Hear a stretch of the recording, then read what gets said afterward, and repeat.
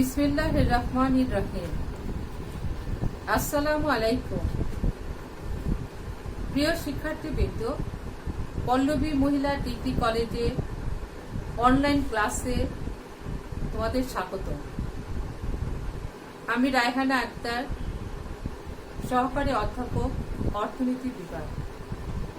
প্রিয় শিক্ষার্থীবৃন্দ, কেমন আছো? আমি ভালো আছি, আলহামদুলিল্লাহ। প্রিয় শিক্ষার্থীবৃন্দ, অনেকদিন পরে সেদিন তোমাদের সাথে ক্লাস হলো, আজকে আবার ক্লাস শুরু করলাম তোমাদের সাথে। তোমরা নিশ্চয়ই ভালো আছো, বাসায় আছো, পড়াশোনা করছো। অনলাইনে ক্লাস যা হচ্ছে আমাদের কলেজ থেকে, সবার ক্লাসগুলো মনোযোগ দিয়ে নিশ্চয়ই শুনছো। আর এই ক্লাসটা আমার অ্যাকাউন্টিং এবং ম্যানেজমেন্ট দুই গ্রুপের স্টুডেন্টদের জন্য। প্রিয় শিক্ষার্থীরা, তোমরা খুব মনোযোগ দিয়ে ক্লাসটা দেখো এবং বাসায় সেই বই খুলে সেই টপিকসের উপরে পড়াশোনা করো, কারণ এটা খুব গুরুত্বপূর্ণ একটা অধ্যায় এবং বুঝার বিষয় আছে। সুতরাং তোমরা সবাই সুন্দরভাবে এই অধ্যায়গুলো পড়বে। প্রিয় শিক্ষার্থীবৃন্দ, এখন তোমাদের হাতে অফুরন্ত সময়। তোমরা যদি এখন পড়াশোনা না করো, তাহলে কলেজ খোলার সাথে সাথেই কিন্তু তোমাদের এক্সাম শুরু হবে, তখন তোমাদের পড়াশোনার আর সময় পাবে না। সুতরাং এই সময়ে যতটুকু ভালোভাবে পড়াশোনা করতে পারবে, সে তত বেশি লাভবান হবে। ঠিক আছে শিক্ষার্থীবৃন্দ, এখন আমি তোমাদের পড়াশোনার ব্যাপারে আসি। গত ক্লাসে আমি তোমাদের পূর্ণ প্রতিযোগিতামূলক বাজারের বিশ্লেষণের অধ্যায়টা পড়াচ্ছিলাম। সেটা অ্যাকাউন্টিং এবং ম্যানেজমেন্ট দুই গ্রুপের মেয়াদের জন্যই তোমরা পাবে, বই খুঁজলেই তোমরা পাবে। গত ক্লাসে তোমাদের আমি পূর্ণ প্রতিযোগিতামূলক বাজারের বিশ্লেষণ পড়াতে গিয়ে মার্কেট বা বাজার কাকে বলে ওর ক্লাসিফিকেশন গুলো পড়িয়েছিলাম। আর পারফেক্ট কম্পিটিশন মার্কেটের সংজ্ঞা, বৈশিষ্ট্য ওইগুলি পড়িয়েছিলাম। নিশ্চয়ই তোমাদের মনে আছে, তোমরা একটু খেয়াল করে এগুলো মনে করো। আজ তোমাদের আমি পড়াবো, তোমাদের পাঠ্যসূচিতে আজকে আছে পারফেক্ট কম্পিটিশন মার্কেট। আজকে তোমাদের পারফেক্ট কম্পিটিশন মার্কেটের যে জিনিসগুলো পড়াবো সেগুলো হচ্ছে, দেখো পাঠ্যসূচির মধ্যে আছে পারফেক্ট কম্পিটিশন মার্কেটের চাহিদা রেখা কেমন হবে, গড় আয় এবং প্রান্তিক আয় রেখা। তারপরে পড়াবো ফার্মের স্বল্পকালীন ভারসাম্য পড়াবো, উৎপাদনের পরিমাণ এবং উৎপাদনের দাম কিভাবে নির্ধারিত হয় সেটা পড়াবো। আরেকটা পড়াবো শাটডাউন পয়েন্ট বা উৎপাদন বন্ধের বিন্দু ইত্যাদি। আরো এর সাথে সংশ্লিষ্ট বিষয় আছে, সেগুলি ডিটেল তোমাদের সাথে আলোচনা করব। সুপ্রিয় শিক্ষার্থীবৃন্দ, তোমরা এখন দেখো, প্রথমে হলো চাহিদা রেখাটা কোত্থেকে আসলো। দেখো চাহিদাটা আমরা পূর্ণ প্রতিযোগিতামূলক বাজারে চাহিদাটা কিভাবে পাই। তোমাদের পূর্বে ক্লাসে আমি পারফেক্ট কম্পিটিশন মার্কেট কাকে বলে পড়িয়েছি। শিক্ষার্থীবৃন্দ, তোমরা একটা জিনিস খেয়াল করো যে আমাদের মার্কেটে, নর্মাল মার্কেটে কিন্তু দুটো পরাশক্তি আছে। একটা পরাশক্তি হলো চাহিদা আর একটা হলো যোগান। চাহিদা সৃষ্টি করে কে? আমরা জানি চাহিদা সৃষ্টি করে ক্রেতা, আর যোগান সৃষ্টি করে ফান্ড বা বিক্রেতা। আর পারফেক্ট কম্পিটিশন মার্কেটে আমরা জানি যে অসংখ্য ক্রেতা বিক্রেতার সমাগম থাকে, তারা সমজাতীয় দ্রব্য বিক্রি হয়ে থাকে এবং একটি স্থির মূল্য নির্ধারিত হয়ে থাকে। সেই স্থির মূল্যটা কিভাবে নির্ধারিত হয়? দেখো যে পারফেক্ট কম্পিটিশন মার্কেটে অসংখ্য ক্রেতা বিক্রেতা থাকে বলে এককভাবে কোনো ক্রেতা দামের উপর প্রভাব বিস্তার করতে পারে না, যেমন তেমনি কোনো বিক্রেতা বা ফার্ম যোগান দামে তাদের বাজারে একটি নগণ্য অংশ থাকে বলে তারও দামের উপর কোনো প্রভাব বিস্তার করতে পারে না। এই অবস্থায় তারা দ্রব্যের দাম নিয়ে দুই পক্ষের মধ্যে, ক্রেতা বিক্রেতার মধ্যে দর কষাকষি হয়। দর কষাকষি হয়ে একটি নির্দিষ্ট দাম স্থির হয়। সেই নির্দিষ্ট দামে বিক্রেতা দ্রব্য বিক্রি করতে বাধ্য থাকে। অর্থাৎ দামের কোনো পরিবর্তন ছাড়াই চাহিদার পরিমাণ বাড়ে কিংবা কমে। ফলে এই বাজারের ফার্মের চাহিদা রেখা ভূমি অক্ষের সমান্তরাল হয়ে থাকে। এটাকে আবার গড় আয় রেখা হয়ে থাকে। আবার গড় আয় রেখাও বিভিন্ন দামে বিক্রয়ে বিভিন্ন উপাদান পরিমাণ নির্দেশ করে, অর্থাৎ প্রতি একক দ্রব্য কি দামে বিক্রি হয় তা গড় আয় রেখা দ্বারা প্রকাশ পায়। কাজেই দাম বা গড় আয় স্থির থেকে বিক্রয়ের পরিমাণ বাড়ে বা কমে। ফলে পূর্ণ প্রতিযোগিতামূলক বাজারে যে ফার্মে যে চাহিদা রেখা সৃষ্টি হয় তাকে গড় আয় রেখাও বলা হয়ে থাকে। অর্থাৎ চাহিদা রেখাটা পূর্ণ প্রতিযোগিতামূলক বাজারে গড় আয় এবং চাহিদা আয় দুটোই ভূমি অক্ষের সমান্তরাল হয়ে থাকে। প্রিয় শিক্ষার্থীবৃন্দ, তাহলে আমরা দেখতে পাচ্ছি যে চাহিদা রেখা এবং গড় আয় রেখা একই রেখায় অবস্থান করে বলে এবং দ্রব্যের দাম স্থির বলে সেখানে ক্রেতা এবং বিক্রেতার দর কষাকষির মাধ্যমে দ্রব্যের দাম স্থির হয়ে থাকে বলে এই রেখাটা ভূমি অক্ষের সমান্তরাল হয়ে থাকে।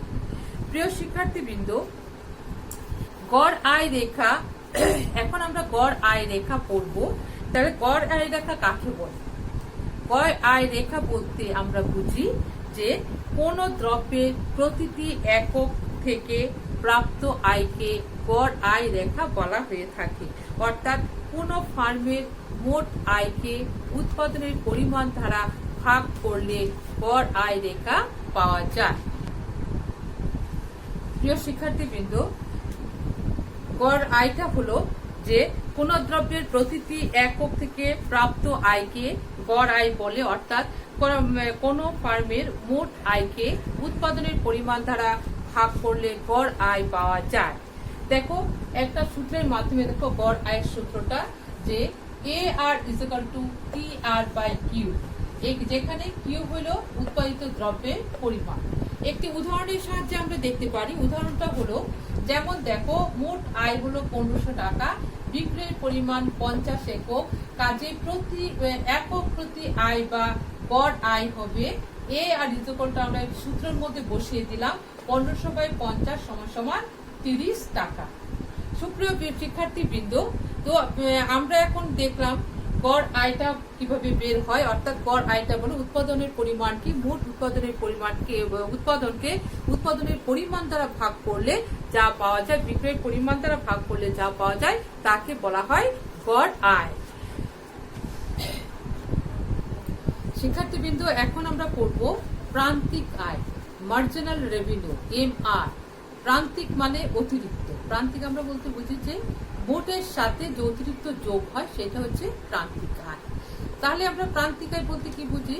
যে প্রান্তিক আয় বলতে অতিরিক্ত এক একক দ্রব্য বিক্রয়ের ফলে মোট আয়ের সাথে যে অতিরিক্ত আয়টা সংযোজিত হচ্ছে তাকে বলা হয় প্রান্তিক আয়, অর্থাৎ MR, মার্জিনাল রেভিনিউ। প্রিয় শিক্ষার্থীবৃন্দ, তোমাদের ক্লাসে আমি বারবারই পড়িয়েছি যে প্রান্তিক মানে অতিরিক্ত। আবারও রিপিট করছি যে এক একক অতিরিক্ত দ্রব্য বিক্রি করার ফলে যে মোট আয়ের মধ্যে যে অতিরিক্ত আয়টা সংযোজিত হচ্ছে সেই অতিরিক্ত আয়টাই হচ্ছে প্রান্তিক আয়। অর্থাৎ আমরা বলতে পারি যে বিক্রয়ের পরিবর্তনের ফলে মোট আয়ের যে পরিবর্তন হয় এই দুইয়ের অনুপাতকে বলা হয়ে থাকে মার্জিনাল রেভিনিউ বা প্রান্তিক আয়। তার প্রান্তিক আয়ের সূত্রটা আমরা দেখি।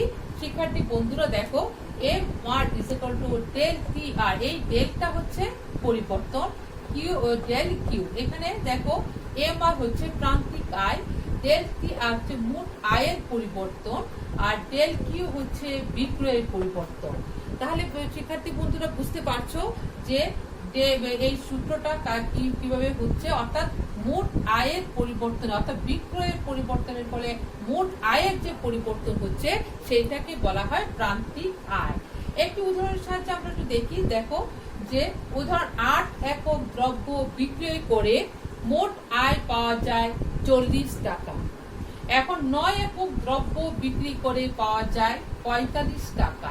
অর্থাৎ বিক্রয়ের পরিবর্তন হচ্ছে কতটুকু? del Q = 1 একক। অর্থাৎ 8 থেকে 9 থেকে 8 একক, অর্থাৎ 1 এককের পরিবর্তন হচ্ছে।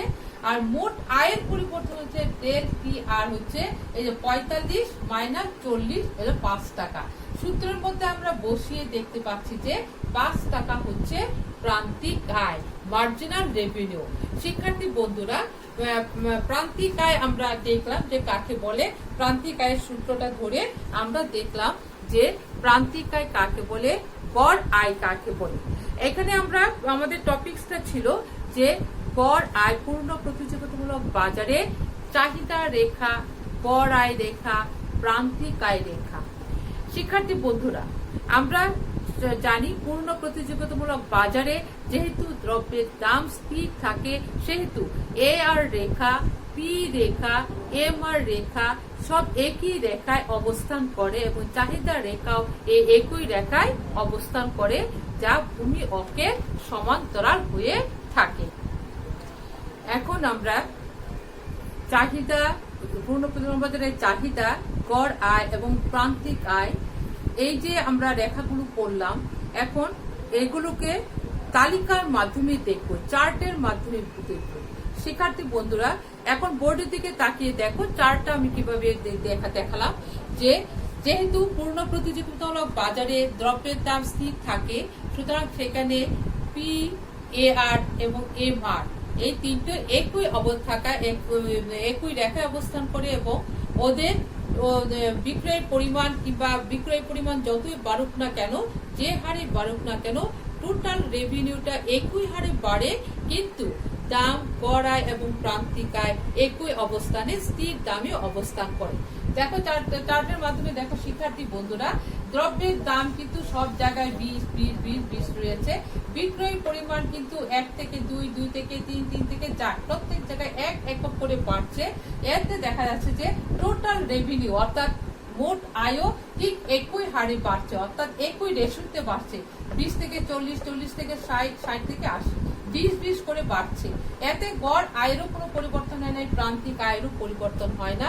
এখানে গড় আয়ও 20 একক করে আছে, প্রান্তিক আয়ও 20 করে আছে। সুতরাং শিক্ষার্থী বন্ধুরা, আমরা দেখতে পাচ্ছি যে পূর্ণ প্রতিযোগিতামূলক বাজারে আমাদের গড় আয়, প্রান্তিক আয় এবং দাম রেখা ভূমি অক্ষের সমান্তরাল হয়ে থাকে এবং একই রেখায় অবস্থান করে। শিক্ষার্থী বন্ধুরা, এটাকে আমরা চিত্রের মাধ্যমে দেখি। দেখো চিত্রটা আঁকছি, একটু খেয়াল করো। এখানে ভূমি অক্ষে দেখানো হয়েছে বিক্রয়ের পরিমাণ বা উৎপাদনের বিক্রয়ের পরিমাণ, আর লম্ব অক্ষে দেখানো হয়েছে দাম, পি, এ আর এম আর দেখানো হয়েছে। আচ্ছা, এখানে দেখো এই রেখাটা ভূমি অক্ষের সমান্তরাল, অর্থাৎ P is equal to A R is equal to M R. এটা ভূমি অক্ষের সমান্তরাল, কারণ দ্রব্যের দাম স্থির। এখন প্রতি একক দ্রব্য 1, 2, 3, 4, 1, 2, 3, 4 এই প্রতি একক দ্রব্য উৎপাদন বিক্রয় করতে গিয়ে দেখা যাচ্ছে যে মোট আয় কিন্তু বাড়ছে, মোট আয় ঠিকই বাড়ছে, কিন্তু গড় এবং প্রান্তিক আয় একই জায়গায় অবস্থান করছে, অর্থাৎ 20 রয়ে গেছে। দাম এ আর এবং এম আর 20 মধ্যে 20 টাকার মধ্যে রয়ে গেছে, আর দ্রব্যের দাম বাড়ছে 1 থেকে 2, 2 থেকে 3, 3 থেকে 4। এই যে এই বিন্দুগুলো 1, 2, 3 একক প্রতি বাড়ানো হচ্ছে, এতে যে বিন্দু সৃষ্টি হচ্ছে এ, বি, সি, ডি, এই বিন্দুগুলো যোগ করে আমরা যে রেখা পাচ্ছি সেটাই হচ্ছে P is equal to A R is equal to M R রেখা, অর্থাৎ এটা ভূমি অক্ষের সমান্তরাল হয়েছে। অর্থাৎ গড় আয় রেখার দামের সমান হয় বলে এই রেখাকে দাম রেখাও বলা হয়ে থাকে। প্রিয় শিক্ষার্থীবৃন্দ, নিশ্চয়ই তোমরা এখন বুঝতে পারছো যে গড় আয়, প্রান্তিক আয় এবং চাহিদা রেখার মধ্যে যে একই রেখা অবস্থান কেন করে, সেটা আমরা চিত্রের মাধ্যমে এবং চার্টের মাধ্যমে দেখালাম। শিক্ষার্থী বন্ধুরা, এই যে আমরা এতক্ষণ এইগুলো আলোচনা করলাম, এখন আমরা এখান থেকে আমরা দেখতে পাচ্ছি যে পূর্ণ প্রতিযোগিতামূলক বাজারে এ আর এবং এম আর এর মধ্যে কি সম্পর্ক। তার এ আর এবং এম আর এর মধ্যে সম্পর্ক অলরেডি আমরা পড়েছি যে এ আর এবং এম আর একই রেখে অবস্থান করে এখানে পূর্ণ প্রতিযোগিতামূলক বাজারে দ্রব্য কেনা বেচা হয়, একই হয়ে দর কষাকষির মাধ্যমে যে নির্দিষ্ট দামটা নির্ধারিত হয় সেই নির্দিষ্ট দামই ক্রয় বিক্রয় হয় বলে এ আর এবং এম আর রেখাটা একই রেখার সমান্তরাল হয়ে থাকে। এই সমান্তরাল রেখাটা আমরা দেখতে পাচ্ছি যে এখানে তালিকার মাধ্যমে আমরা দেখতে পাচ্ছি দামগুলো আর এ আর এবং এম আর একই রেখা একই অবস্থানে অবস্থান করছে এবং চিত্রের মাধ্যমে আমরা এটা দেখতে পাচ্ছি যে এই দুটোর মধ্যে যে সম্পর্কটা আমরা দেখতে পাচ্ছি দুটোর মধ্যে একই রেখার মধ্যে একই পয়েন্টের মধ্যে ওরা অবস্থান করছে। এই জন্য পূর্ণ প্রতিযোগিতামূলক বাজারে এ আর এবং এম আর রেখার মধ্যে সম্পর্ক রয়েছে এবং এই রেখাটা ভূমি অক্ষের সমান্তরাল হয়ে থাকে। এখন শিক্ষার্থী বন্ধুরা এটাকে আমরা একটা সূত্রের মাধ্যমে দেখব। সূত্রটা দেখো, সূত্রের মাধ্যমে কিভাবে দেখানো যায় সূত্রের মাধ্যমে আমি ব্যাখ্যা করছি। সূত্রটা আমরা জানি P R is equal to P into Q. আমরা জানি পি ইন্টু কিউ বলে টি আর, আর A R is equal to আমরা কিভাবে পাই A R is equal to T R by Q. সুতরাং A R is equal to আমরা কি পাচ্ছি, তাহলে এখানে টি আর আমরা টি আর কত ধরেছি পি কিউ, তাহলে আমরা এখানে পি কিউ বলতে পারি আর কিউ এখানে কিউ কাটা গেল। সুতরাং A R is equal to P পেলাম। শিক্ষার্থী বন্ধুরা বুঝতে পারছো? এখন আমরা দেখব প্রান্তিক আয়, এটা এ আর পেয়ে গেলাম, A R is equal to P পেলাম। এখন M R is equal to আমরা জানি del T R by del Q, del T R by del Q. তাহলে টি আর আমরা এখানে পি কিউ পেয়েছি ডেল, তাহলে আমরা লিখতে পারি ডেল পি কিউ বা del P Q by del Q. এখানে আমরা এই কিউ এই ডেল কাটা গেল, তাহলে সুতরাং আমরা লিখতে পারি M R is equal to P. তাহলে এই A R is equal to P, M R is equal to P. আমরা চার্টে দেখিয়েছিলাম যে পি এ আর এবং এম আর একই অবস্থানে অবস্থান করছে, অর্থাৎ একই স্থির বিন্দুর মধ্যে আছে, আছে। এখন দেখতে পাওয়া যায় এই চিত্রের মধ্যে আমরা দেখতে পাচ্ছি এই যে এ আর এম আর এখন 20 এককের মধ্যে আছে এবং উৎপাদনের বিক্রয়ের পরিমাণ যতই বাড়ানো হোক না কেন তারা স্থির অবস্থায় আছে বলে এ আর এবং এম আর রেখা ভূমি অক্ষের সমান্তরাল হয়েছে। শিক্ষার্থী বন্ধুরা আমরা বলতে পারি এ R is equal to M আর অর্থাৎ পূর্ণ প্রতিযোগিতামূলক বাজারে গড় আয় ও প্রান্তিক আয় পরস্পর সমান হয়ে থাকে। সুতরাং আমরা বলতে পারি যে পূর্ণ প্রতিযোগিতামূলক বাজারে দ্রব্যের দাম স্থির থাকার ফলে চাহিদা রেখা, গড় আয় রেখা এবং প্রান্তিক আয় রেখা একই রেখায় অবস্থান করে এবং তা ভূমি অক্ষের সমান্তরাল হয়ে থাকে। শিক্ষার্থী বন্ধুরা এখন আমরা অন্য একটা টপিকসে যাব। অন্যটা টপিক হচ্ছে দেখো বোর্ডে যে পূর্ণ প্রতিযোগিতামূলক বাজারে ফার্মের স্বল্পকালীন ভারসাম্য। পূর্ণ প্রতিযোগিতামূলক বাজারে ফার্মের স্বল্পকালীন ভারসাম্য আমরা পড়ব। ফার্মের ভারসাম্য বলতে আমরা কি বুঝি? ফার্মের ভারসাম্য বলতে আমরা বুঝি যে একটি ফার্মের মূল উদ্দেশ্য হচ্ছে সর্বোচ্চ মুনাফা অর্জন করা। সর্বোচ্চ মুনাফা অর্জন করতে গিয়ে যে উৎপাদন স্তরে সে সর্বোচ্চ মুনাফা অর্জন করতে পারে সেই সর্বোচ্চ স্তরে ফার্মের ভারসাম্য অর্জিত হয়, অর্থাৎ মুনাফা সর্বোচ্চ হয়, তাকে বলা হয় ফার্মের ভারসাম্য অবস্থা। পূর্ণ প্রতিযোগিতামূলক বাজারে ক্রেতা বিক্রেতার দর কষাকষির দ্বারা যে দাম নির্ধারিত হয়ে থাকে সেই দামেই পণ্য বিক্রি করতে বাধ্য থাকে একজন বিক্রেতা। অর্থাৎ পূর্ণ প্রতিযোগিতার ফার্ম পণ্যের দাম নির্ধারণ করে না, শুধু উৎপাদন নির্ধারণ করে। অর্থাৎ এই বাজারে ফার্মের ভারসাম্য দাম ও উৎপাদনের পরিমাণ নির্ধারণের দুটো শর্ত রয়েছে এখানে। তাহলে পূর্ণ প্রতিযোগিতামূলক বাজারের ভারসাম্য অবস্থাটা কি? যে মুনাফা সর্বোচ্চ করা, আর উৎপাদন স্তরে যেখানে মুনাফা সর্বোচ্চ হবে সেইখানে ভারসাম্য অবস্থা অর্জিত হবে। এইখানে ক্রেতা বিক্রেতার দর কষাকষির মাধ্যমে দ্রব্যের দাম নির্ধারিত হয়ে থাকে, আর সেই নির্ধারিত দামেই বিক্রেতা দ্রব্য বিক্রি করতে বাধ্য থাকে। সুতরাং দেখা যাচ্ছে যে ফার্মের ভারসাম্য দাম ও উৎপাদনের পরিমাণ নির্ধারণের কয়েকটি শর্ত, দুটো শর্ত রয়েছে। শর্তগুলি দেখো শিক্ষার্থী বন্ধুরা, অর্থাৎ 1 নম্বর শর্ত হচ্ছে MC ইজ ইকুয়াল টু ভারসাম্য বিন্দুতে হবে MC = MR হতে হবে। আর দ্বিতীয় শর্ত হলো এটা হলো প্রয়োজনীয় শর্ত, আর এটা হলো পর্যাপ্ত শর্ত। পর্যাপ্ত শর্ত কি? MC রেখা MR রেখাকে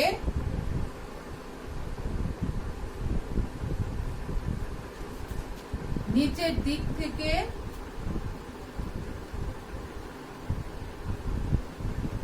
ছেদ করে উপরের দিকে ওঠে। অর্থাৎ MC রেখার ঢাল অর্থাৎ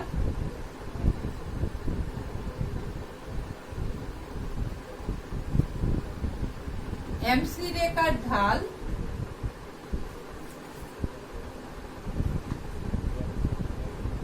গ্রেটার দেন MR রেখার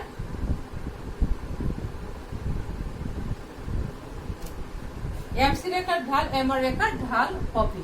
অর্থাৎ এই ভারসাম্য পৌঁছে যায় স্বল্পকালীন ফার্মের স্বল্পকালীন ভারসাম্যে পৌঁছাতে গেলে দুটো শর্ত আছে, একটা হলো প্রয়োজনীয় শর্ত আর একটা হলো পর্যাপ্ত শর্ত। প্রয়োজনীয় শর্তটা কি? যে প্রথম শর্ত MC = MR হতে হবে, যে ভারসাম্য বিন্দুতে MC = MR হবে সেইখানে ভারসাম্য পৌঁছাবে। আবার দ্বিতীয় শর্ত পূরণ হতে হবে, MC রেখা MR রেখাকে নিচের দিক থেকে ছেদ করে উপরের দিকে উঠে।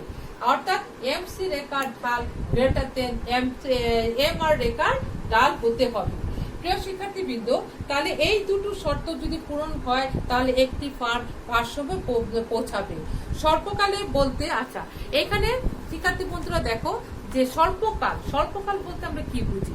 স্বল্পকাল বলতে আমরা নির্দিষ্ট সময় মেয়াদকে বুঝি না, বরং আমরা কিছু বলি যে সেই সময়কে বুঝিয়ে থাকি যেখানে ফার্ম শুধুমাত্র উৎপাদনের পরিবর্তনীয় উপকরণের পরিবর্তন করতে পারে। পরিবর্তনীয় শিক্ষার্থী বলতে একটা জিনিস খেয়াল করো, স্বল্পকালে একটি ফার্ম তার পরিবর্তনীয় উপকরণ পরিবর্তন করতে পারে, কোনো স্থির উপকরণ পরিবর্তন করতে পারে না। তাই হচ্ছে স্বল্প মেয়াদ। অর্থাৎ স্বল্প মেয়াদ হচ্ছে একটি ফার্ম স্বল্পকালে তার পরিবর্তনীয় উপকরণের পরিবর্তন করতে পারে কিন্তু স্থির উপকরণের কোনো পরিবর্তন করতে পারে না। অর্থাৎ স্বল্পকালে ফার্মকে স্থির খরচ এবং পরিবর্তনীয় খরচ দুইই বহন করতে হয়। তবে ফার্মের স্বল্পকালীন ভারসাম্য গড় আয় ও গড় খরচ রেখার ব্যবধানের উপর তা নির্ভর করে। গড় আয় ও গড় খরচ রেখার আকৃতির উপর ভিত্তি করে আমরা পূর্ণ প্রতিযোগিতার বাজারে স্বল্পকালে একটি ফার্ম তিন ধরনের পরিস্থিতির সম্মুখীন হতে পারে। অর্থাৎ আমরা বলছি যে একটি স্বল্প মেয়াদে একটি ফার্ম পরিবর্তনীয় উপকরণের পরিবর্তন করে তার উৎপাদন পরিচালনা করতে পারে কিন্তু স্থির খরচের কোনো পরিবর্তন করতে পারে না। অর্থাৎ এই স্বল্পকালে একটি ফার্মের স্থির খরচ এবং পরিবর্তনীয় খরচ বলছে যে এখানে গড় আয় এবং গড় খরচ রেখার আকৃতির উপর নির্ভর করে পূর্ণ প্রতিযোগিতামূলক বাজারে তিনটি অবস্থা থাকতে পারে, তিন ধরনের অবস্থার সম্মুখীন হতে পারে। এটা একটি ফার্ম AR এবং AC-র উপর ভিত্তি করে আকৃতির উপর ভিত্তি করে এখানে তিনটি পরিস্থিতির সম্মুখীন হতে পারে। তিনটি পরিস্থিতি কি কি দেখো, একটা হচ্ছে অস্বাভাবিক মুনাফা,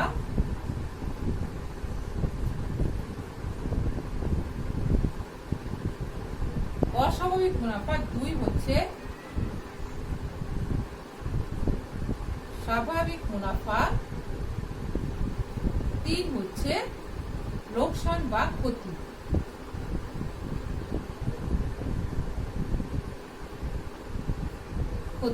অর্থাৎ অস্বাভাবিক মুনাফা এক্সেস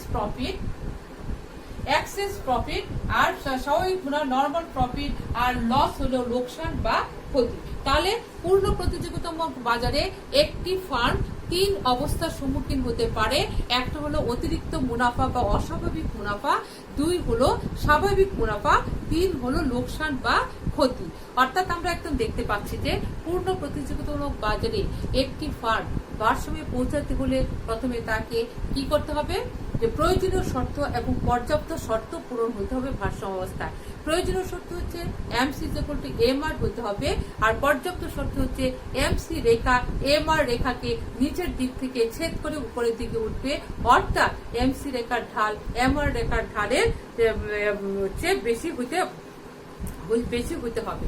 আবার দেখা যাচ্ছে যে একটি ফার্ম বাস্তবে পৌঁছাতে হলে তাকে 3 অবস্থার সম্মুখীন হতে পারে, যে অস্বাভাবিক মুনাফা অর্জন করতে পারে, স্বাভাবিক মুনাফা অর্জন করতে পারে, লোকসান বা ক্ষতি হতে পারে। এখন আমরা একে একে সবগুলি জিনিস আলোচনা করব। এখন কি আলোচনা করব? প্রথম হচ্ছে অস্বাভাবিক মুনাফা সহ ভারসাম্য পৌঁছাতে হলে একটি ফার্মের কি অবস্থা সৃষ্টি হয়, অর্থাৎ অস্বাভাবিক মুনাফা অর্থাৎ এক্সেস প্রফিট আমরা এখন আলোচনা করব। সুপ্রিয় শিক্ষার্থীবৃন্দ, এখন দেখো যে অস্বাভাবিক মুনাফা সহ ভারসাম্য পৌঁছাতে হলে কি কি করতে হয়। আচ্ছা, পূর্ণ প্রতিযোগিতামূলক বাজারে একটি ফার্ম অস্বাভাবিক মুনাফা অর্জন করতে পারে যদি ফার্মের একক প্রতি উৎপাদন খরচ অপেক্ষা একক প্রতি গড় আয় বেশি হয়, অর্থাৎ AR গ্রেটার দেন AC হয়, তাহলে একটি ফার্ম স্বল্পকালে অস্বাভাবিক মুনাফা অর্জন করতে পারে। অর্থাৎ এখানে দেখো, অস্বাভাবিক মুনাফা অর্জন করতে গেলে শিক্ষার্থী বন্ধুরা, এখন আমরা অস্বাভাবিক মুনাফা নিয়ে আলোচনা করব। অস্বাভাবিক মুনাফা হচ্ছে যে অস্বাভাবিক মুনাফা অর্জন করতে হলে ফার্মের কি করতে হবে, ফার্মের কি অবস্থায় পৌঁছালে অস্বাভাবিক মুনাফা অর্জিত হয় সেটা বলছে। দেখো, যদি ফার্মের একক প্রতি উৎপাদন খরচ অর্থাৎ AC অপেক্ষা একক প্রতি গড় আয় AR বেশি হয়, অর্থাৎ AR গ্রেটার দেন AC হয়, তাহলে একটি ফার্ম স্বল্পকালে অস্বাভাবিক মুনাফা অর্জন করে। যেমন দেখো যে যদি AR গ্রেটার দেন AC হয়, তাহলে TR গ্রেটার দেন TC হয়। আবার দেখো TR দেন TC গ্রেটার দেন 0, আর পাই মানে মুনাফা গ্রেটার দেন 0, এটা হলো অস্বাভাবিক মুনাফা। তাহলে পূর্ণ প্রতিযোগিতামূলক বাজারে একটি ফার্ম অস্বাভাবিক মুনাফা অর্জন করতে হলে তাকে কি করতে হবে, এই পাই গ্রেটার দেন 0 অর্থাৎ AR গ্রেটার দেন AC যখন হবে সেখানে তার অস্বাভাবিক মুনাফা অর্জিত হবে। আর অস্বাভাবিক মুনাফা অর্জনের জন্য তার কতগুলি শর্ত আছে। অস্বাভাবিক মুনাফা অর্জনের কতগুলি শর্ত, মুনাফা অর্জনের শর্তটা হলো দেখো, P = AR = MR = SMC greater than SAC হইতে হবে। অর্থাৎ P হলো দাম, AR হলো গড় আয়, MR হলো প্রান্তিক আয়, আর SMC হলো শর্ট রান মার্জিনাল কস্ট অর্থাৎ স্বল্পকালে প্রান্তিক খরচ, স্বল্পকালে গড় খরচ। এই স্বল্পকালে প্রান্তিক খরচে বেশি হবে স্বল্পকালে গড় খরচের চেয়ে। এই অবস্থা যখন ভারসাম্য অবস্থায় পৌঁছাবে তখন সেটাকে বলা হয় অস্বাভাবিক মুনাফা। এই অস্বাভাবিক মুনাফাটা আমরা চিত্রের মাধ্যমে দেখব। চিত্রটা দেখো, কি চিত্রটা খেয়াল করো, আমি তোমাদের বোর্ডে এঁকে দেখাচ্ছি, কারণ চিত্র আমি যখন আঁকবো তখন যদি ঠিক মতো না দেখো তাহলে কিন্তু তোমরা চিত্রটা বুঝতে পারবে না। শিক্ষার্থীবৃন্দ দেখো, চিত্রটা খুব মনোযোগ দিয়ে দেখো। চিত্রটা হচ্ছে এখানে ভূমি অক্ষে উৎপাদনের পরিমাণ,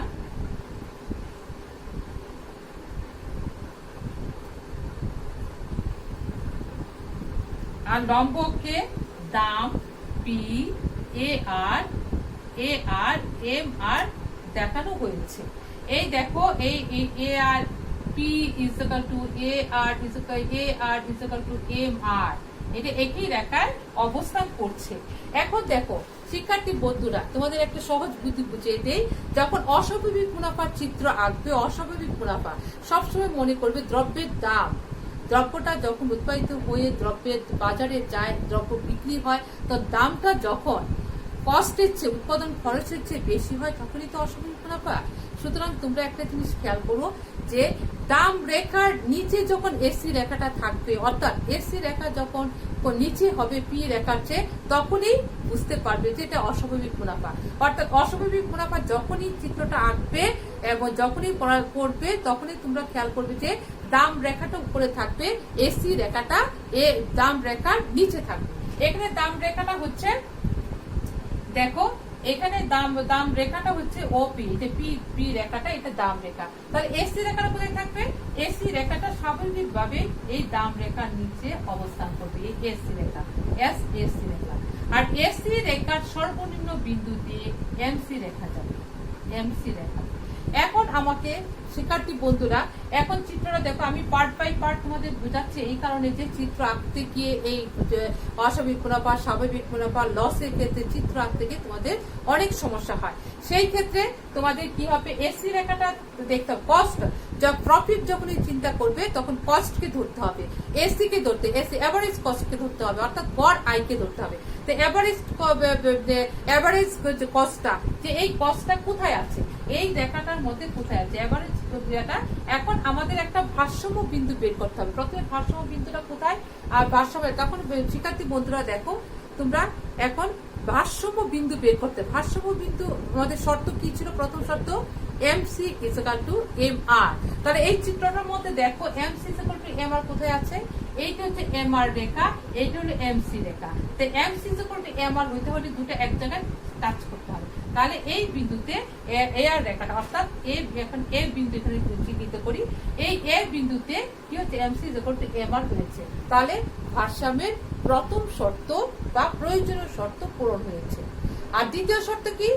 এমসি রেখা এম আর রেখাকে নিচের দিক থেকে ছেদ করে উপরে উঠবে। তাহলে আমরা কি এই একই বিন্দু থেকে আরেকটা শর্ত পূরণ হয়েছে? শিক্ষার্থী বন্ধুরা দেখো যে হ্যাঁ, আমার মনে হয় হয়েছে, কারণ দেখো এইটা এ আর রেখা আর এমসি রেখা, তো এ আর রেখার উপরে এমসি রেখা নিচের দিক থেকে ছেদ করে উপরে চলে গেছে। তাহলে এ বিন্দুতে ভারসাম্যের দুটো শর্তই পূরণ হয়েছে, অর্থাৎ এই এ বিন্দুতে একজন উৎপাদনকারী বা একটি ফার্ম ভারসাম্যে পৌঁছাতে পারে। তাহলে ভারসাম্যে পৌঁছাতে হলে এখন আমাকে চিন্তা করতে হবে যে স্বাভাবিক মুনাফা না অস্বাভাবিক মুনাফা না লস হয়েছে। সেই চিন্তা করতে হলে শিক্ষার্থী বন্ধুরা একটা জিনিস খেয়াল করবে যে আমরা যখন লস, স্বাভাবিক এবং অস্বাভাবিক মুনাফা চিন্তা করি তখন আমাকে কাকে ধরতে হবে? এসি কে ধরতে হবে। এসি এই রেখাটার মধ্যে কতটুকু আসছে, অর্থাৎ এতটুকু পরিমাণ দ্রব্য উৎপাদন করবে, উৎপাদন করে তার এখানে এসি কে টাচ করলো এই বিন্দুতে, মনে করে এই বিন্দুটার নাম হলো বিন্দু। তাহলে এই বিন্দুতে যদি করে তাহলে আমি এই বিন্দুটা আমি কাউন্ট করি, কাউন্ট করে দেখি যে টোটাল ইনকাম কতটুকু, কতটুকু খরচ হয়েছে, তার কতটুকু অস্বাভাবিক মুনাফা অর্জিত হয়েছে। এখন দেখো আমরা এখানে জানি এই এ আর এম আর রেখাটা হলো, এই রেখাটা এস এসি হলো গড় খরচ রেখা আর এস এমসি হলো প্রান্তিক খরচ রেখা। এ বিন্দুতে ভারসাম্যের দুটো শর্তই পূরণ হয়ে গেছে, অর্থাৎ MC equal to M R MC রেখা এম আর রেখাকে নিচের দিক থেকে ছেদ করে উপরে উঠে যায়। সুতরাং আমাদের এইখানে ভারসাম্যে পৌঁছানো হয়েছে। এখন এই ভারসাম্য অবস্থায় আমাদের অস্বাভাবিক মুনাফা কোথায় আছে আমরা সেটা দেখতে হবে। অর্থাৎ দেখো এই এ বিন্দুতে কিভাবে শর্ত পূরণ হয়েছে, এবং দেখো এ বিন্দুতে ও এম পরিমাণ উৎপাদনের পরিমাণ হলো ও এম। শিক্ষার্থী বন্ধুরা আমি এটা বুঝতে পেলাম।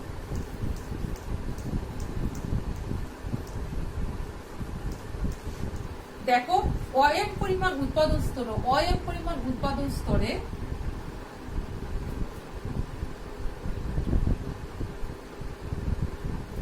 এ আর ইজ ইকুয়াল টু কত? দেখো এ আর ইজ ইকুয়াল টু এই যে এ আর, এখান থেকে এতটুকু, অর্থাৎ এ এম। টোটাল রেভিনিউ কত হলো? দেখো টোটাল রেভিনিউ কতটুকু? টোটাল রেভিনিউ আমরা কোথায় পাই? এই প্রাইসকে উৎপাদনের পরিমাণ দ্বারা গুণ করে আমরা টোটাল রেভিনিউ পাই। তাহলে এখানে টোটাল প্রাইস হলো OP into A M O M. তাহলে এটা পুরো পেলাম আমি O M into O M into A M is equal to আমরা কত পেলাম? টোটাল এইটা পুরাটাই আমরা পেলাম। তাহলে ও পি এ এম, এটা হচ্ছে টোটাল রেভিনিউ, অর্থাৎ মোট আয়। এতটুকু পরিমাণ দ্রব্য উৎপাদন করে বাজারে বিক্রি করে মোট আয় হচ্ছে ও M A P.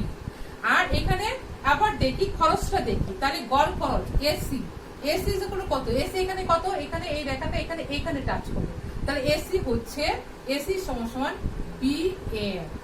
R total cost কত? টোটাল কস্ট কতটুকু হয়েছে? এতটুকু। তাহলে ও এম OMBP1 অথবা OP1BM, OP1BM। সুতরাং আমরা পাই অর্থাৎ মুনাফা, প্রফিট, পাই মানে প্রফিট আমরা কোথায় পাবো? টোটাল রেভিনিউ থেকে টোটাল কস্ট বাদ দিয়ে আমরা পাবো। টোটাল রেভিনিউ হচ্ছে এতটুকু পুরাটা, OPAM। এখান থেকে টোটাল কস্ট হচ্ছে কত? OP1BM, অর্থাৎ এখানে এতটুকু পরিমাণ, অর্থাৎ পুরোটু থেকে এতটুকু বাদ দিলে আমাদের এই চিহ্নিত জায়গাটা যেটা, এটা হচ্ছে প্রফিট। তাহলে কতটুকু হচ্ছে? P1PAB পরিমাণ হচ্ছে অস্বাভাবিক মুনাফা, অস্বাভাবিক মুনাফা। তাহলে শিক্ষার্থী বন্ধুরা, তোমরা বুঝতে পারছো অস্বাভাবিক মুনাফাটা আমরা কিভাবে পাচ্ছি। অর্থাৎ টোটাল রেভিনিউ থেকে টোটাল কস্ট বাদ দেওয়ার পরে যে অতিরিক্ত আয়টা থাকে সেইটাই হচ্ছে টোটাল রেভিনিউ। এই হচ্ছে অস্বাভাবিক মুনাফা। এখন শিক্ষার্থী বন্ধুরা, এখন আমরা পড়বো স্বাভাবিক মুনাফা। স্বাভাবিক মুনাফাটা কি?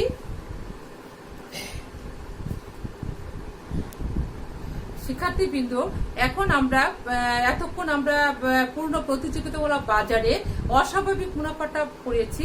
তো শিক্ষার্থী বন্ধুরা, আরো দুটো রয়েছে, স্বাভাবিক মুনাফা এবং লস। পরবর্তী ক্লাসে তোমাদের এগুলি বুঝাবো, কারণ তোমরা এই অস্বাভাবিক মুনাফাটা একটু বুঝো।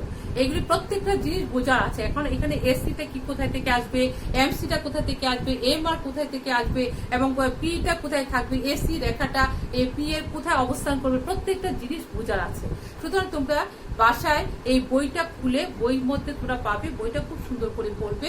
অস্বাভাবিক মুনাফাটা পূর্ণ প্রতিযোগিতামূলক বাজারে একটা ভারসাম্য পৌঁছানোর একটা শর্ত হলো অস্বাভাবিক মুনাফা। সুতরাং এইটা বাসায় পড়বে, খুব মনোযোগ দিয়ে পড়বে এবং বুঝার চেষ্টা করবে।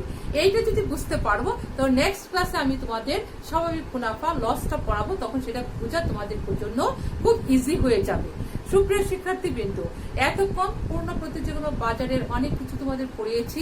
তোমরা এটা খুব সুন্দর করে আয়ত্ত করবে, বোঝার চেষ্টা করবে এবং এগুলো মনে রাখার চেষ্টা, চিত্রটা আঁকবে, বারবার খাতায় চিত্র আঁকবে, পড়বে যখন চিত্রটা আঁকবে।